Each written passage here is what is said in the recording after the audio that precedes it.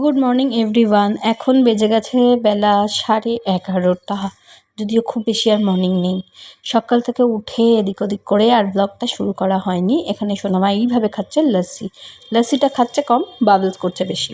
যাই হোক, সকাল থেকে উঠে ব্রেকফাস্ট করে এখন তো পড়াশোনা কিছু নেই, কাজকর্মও কিছু নেই। এ দেখো ক্লে নিয়ে বসে পড়েছে, এক গাদা ক্লে নিয়ে এখানে চলছে হচ্ছে ক্রিয়েটিভিটি, চূড়ান্ত লেভেলের ক্রিয়েটিভিটি। আমি সকালবেলা উঠে বাজার দোকান করে নিয়ে এসে রান্নাবান্না সব করে ফেলেছি। এখন হচ্ছে একটু বেরোবো, তানিয়া আসবে, তানিয়ার সাথে একটু দোকানে যাব, দু একটা জিনিস কেনার আছে, একটুখানি আমাদের বাজার কলকাতা যাব। তো চলো যাই, বেরোই। আমি তাড়াতাড়ি করে মাছটা আগে পরে নিয়েছি, কারণ জানি ঠোঁটের প্রবলেমটার জন্য আমাকে মাছটা ক্যারি করতেই হচ্ছে। আর আমি সকাল থেকেই শুধু ওই একটুখানি লস্যি খেলাম, তার আগে সকালবেলা একটুখানি চা বিস্কিট খেয়েছিলাম, ব্যাস। তারপরে চলে এসেছি। আজকে কোনো দোকানে বাইরে কিছু খেতে পারিনি, আজকে এমনি হচ্ছে অশোক ষষ্ঠী, মঙ্গলবার। তাছাড়া আমি তো দুটোই কারণেই আমার উপোস। আর যে মিষ্টি দোকানগুলোতে আমরা খাই বেতাই ফেতাইতে, সেখানে কিছু ছিল না, তাই জন্য আজকে চলে এলাম। নিয়ে হচ্ছে আলু সয়াবিনের তরকারি, মানে নিউট্রালের তরকারি, তার সাথে আটার পরোটা, আর হচ্ছে মিষ্টি, আর একটা জিবে গজা। তানিয়া দিয়ে গেছিলো, ও দেখে বললো না আমি খাবো না আটার পরোটা, এরকম একটা ব্যাপার। তো তারপর হচ্ছে এখানে বিকালবেলা ঘুম হলো, ঘুম থেকে উঠে এখানে করে দিয়েছি হচ্ছে ওর জন্য ওরিও শেক। এখন ওরিও শেকটা খেতে ভীষণ আমার খুব ভালো লেগে গেছে, সেই জন্য মাঝে মাঝেই আমাকে বলছে বিকালবেলা আমাকে একটা ওরিও শেক করে দেয়। আর ওরিও শেকটা খেলে বেশ পেটটা একটু ভরেও থাকে অনেকক্ষণ।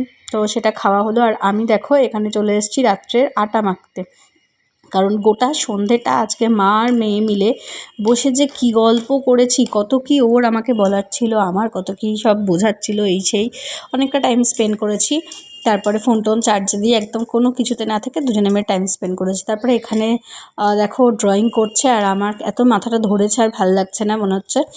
আমি এদিকে রুটি ফুটিগুলো করলাম, করে ওকে ডিনার করতে দিতেও অবশ্য একটু দেরি হয়ে গেছে, বেজে গেছিলো হচ্ছে 10:30, না 10টা মতো বেজে গেছিলো, 10:45 মতো বেজে গেছিলো। আমি সোনামাকে বলছি এসব কী করে যাচ্ছিস, এইসব বকবক করতে করতে আমি রান্নাঘরে এসে ওই একই করলাম, আটার পরোটা আর তরকারি আমার জন্য আর সোনামার জন্য। আর বাকি খাবার ও মিস্টার দাস তো ভাত খায়, ওকে খেতে দিয়ে এসেছি ও ঘরে ডাইনিংয়ে। আর আমরা যেহেতু নিরামিষ খাবো, সেই জন্য এখানেই নিয়ে চলে এসেছি, এখানে এসে দুজনে মিলে বসে বসে খাবো।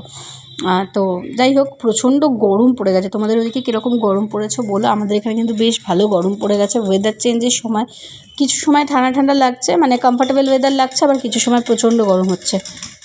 একটু ব্যাক নয়েজ তোমরা অ্যাভয়েড করো। আর এখন দেখে নাও 11:15 বাজে, 11:05 আর কি। এইসব এখানে সাজানো গোছানো হয়েছে। মেয়ে শুতে আসবে না, কেননা ওকে রাত্রিবেলা মেহেন্দি পরিয়ে দিতে হবে।